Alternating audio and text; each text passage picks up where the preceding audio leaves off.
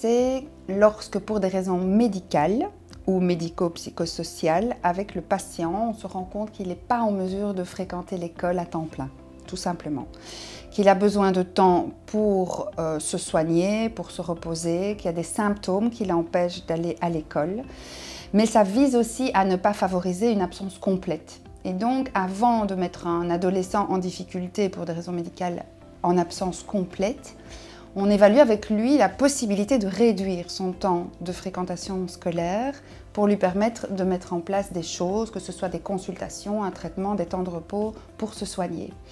Et donc, un certificat part-time peut par exemple proposer, c'est ça discuter avec les familles, avec les parents, aussi selon leur organisation familiale, peut proposer par exemple d'aller à l'école 5 demi-jours sur les 9 ou 4 demi-jours sur les 9 et puis avec une augmentation progressive de ces demi-jours scolaires en fonction de l'évolution du patient.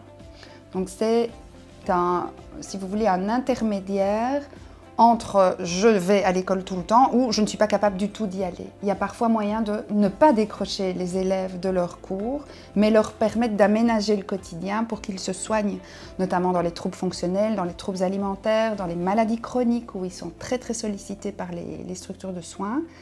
Voilà, ça permet. Et donc l'idéal d'un certificat part-time, c'est de l'organiser avec l'école. Je voulais simplement discuter avec vous de la possibilité d'organiser un temps partiel en fait pour cet élève, de manière à lui permettre de poursuivre sa scolarité, de ne pas décrocher complètement, de rassurer aussi cet ado par rapport au fait qu'elle a du temps de repos et du temps voilà, pour venir à ses consultations, le temps d'y voir plus clair et d'avancer dans sa prise en charge.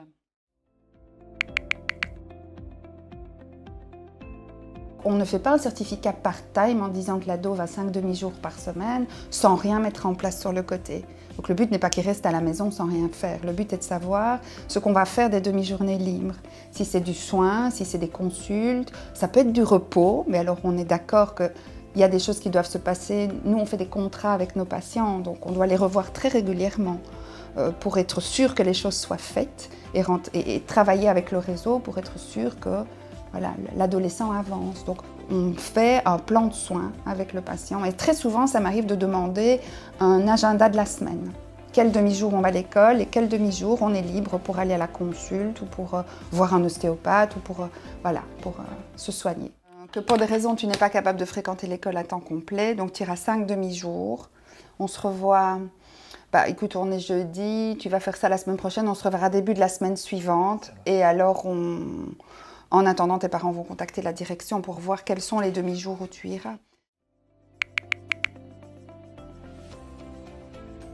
Il faut d'abord que la famille et l'adolescent adhèrent au projet, que l'on puisse prendre contact. Ici, au centre de l'adolescent, j'ai la chance d'avoir une assistante sociale ou des collègues qui peuvent contacter l'école. Je le fais parfois moi-même aussi.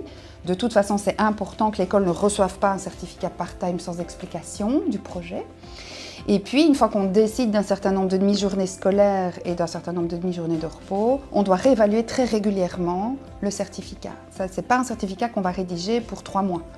Donc, si le patient commence, l'objectif est de remettre en place une scolarité complète.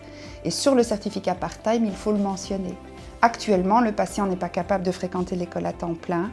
Pour des raisons de santé, il peut néanmoins fréquenter l'école à raison de 5 demi-jours par semaine.